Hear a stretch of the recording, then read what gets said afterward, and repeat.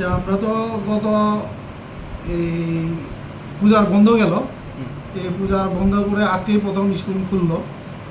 এখানে স্কুল আসার পথে আমার যে গ্রুপটি আমার ফোন করছে, স্কুলের মধ্যে একটা ঘটনা ঘটে আছে না। এরপরে আমার বলছিল, স্যার আমি দরজা খুলুম নি। আমি বলছি, না, কোন দরজা খুললো না, আমি এলোই সব স্যার হলো কথা হয়েছে, এটার মধ্যে ঢুকুন। দরজা আইসের দরজা খুললা দেখি আমার রুমের 6টা আলমারি পুরাটাই ভাঙিয়ে আছে, জিনিসপত্র যেটা আছে সব ইয়ে গেছে। আর এখানে মধ্যে আমার সিসি ক্যামেরা যে হার্ড ডিস্কটা এটাও খুলিয়া তুলিয়া সব ইয়ে করে লেছে। এমনিতে সিসিটিভি কি অন ছিল?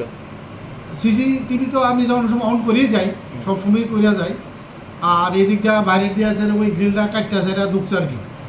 আর এখানের মধ্যে আমার জিনিসপত্রের মধ্যে আমার কিছু ক্যাশ টাকা আছিল, ক্যাশ টাকা লয়ে গেছে গা। কীরকম টাকা হইব?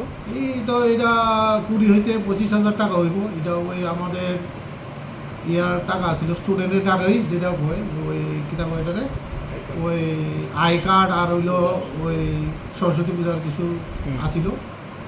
আর কি কি? আর এমনি আমাদের স্পোর্টসের কিছু জিনিস দিছে।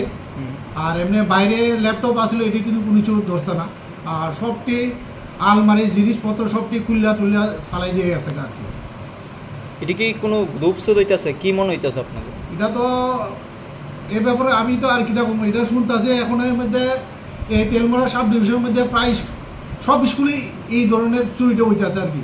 পুলিশকে জানাইছেন? পুলিশে জানাই দিছি, আর তারা ইনভেস্টিগেশন করে গেছে, আমি এফআইআর করে দিছি আর কি। এমনি এসএমসি কমিটি তারা কি জানে? এসএমসি কমিটির কয়েকজন আইসে দেখলো। আমি কিছুদিন মধ্যে আবার মিটিং ডেকে বিস্তারিত আলোচনা করুন তাদের সঙ্গে কি করা যেতে পারে। আপনাদের স্কুলে কি নাইট গার্ড আছে? না, নাইট গার্ড নাই। তাই ওই দিন আমরা মিটিংয়ের সময় একটা ডিসিশন নিতে পারি আমরা, যাতে আমরা ডেভেলপমেন্ট ফান্ডের থেকে নাইট গার্ডে যদি আমরা রাখতে পারি আর কি।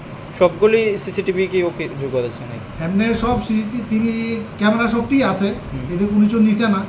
তবে আমার যে সব তারগুলি কাটতেছে, এটা ডিসকানেক্ট করে দিছে সবটি আর কি।